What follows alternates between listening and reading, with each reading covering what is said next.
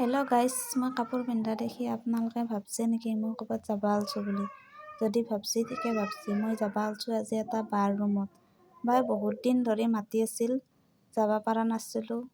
Duty থাকে, কিবা থাকে। আজি বাই মোক নিজে নিবা আহিছে গাইজ, নাযাম বুলি। ফাৰ্ষ্টতে সুধি লৈছে ডিউটি আছে না নাই, ডিউটিৰ পৰা আহিলোঁ না নাই। ক'লোঁ আহা বুলি, নিজে নিবা আহিছে ডিউটিৰ পৰা আহা বুলি কোৱাৰ কাৰণে।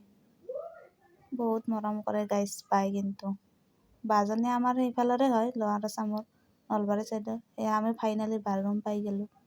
আহিয়ে পূৰা বাই চাহ বনাত লাগি গৈছে, চাহৰ প্ৰিপাৰেশ্যনত লাগি গ'ল পূৰা আহিয়ে। বইনাকৰ প্ৰতি মৰম দেখছি না গাইজ। চাহ খাই থাকোঁতে কিবা এটা খাই উঠা কথা ক'লাক, মোৰ জিভাখনে পুৰি থাকিল। কি বনাব বা কৈ দিয়ক আপুনি এবাৰ। মাংস বনাম আৰু বন্ধাকবি ভাজিম। এইযোৰ কাপোৰ বোলে বাই নিজে হাতেদি বনাইছে, মানে কিবা কাপোৰ কিনি কিবা এনেকৈ বনাইছে বুলি ইমান মৰম লাগছে মোৰ, কিন্তু বৈদ্য মৰম লাগছে। মই একদিন বাক পিন্ধিবাও খুজিছোঁ। আপোনালোকে জনাবচোন আপোনালোকৰ কেনে লাগছে। দেখছি নহয় গাইজ, কিমান লাল কৰি একদম ৰঙা কৰি মাংস ভাজিছে। আজি বাৰ লগত বহুত কথা পাতিলোঁ গাইজ, সুখত দুখত। বহুত ভাল লাগছে বাৰ ৰুমত আহি। থেংক ইউ বা ইমান মৰম কৰাৰ কাৰণে।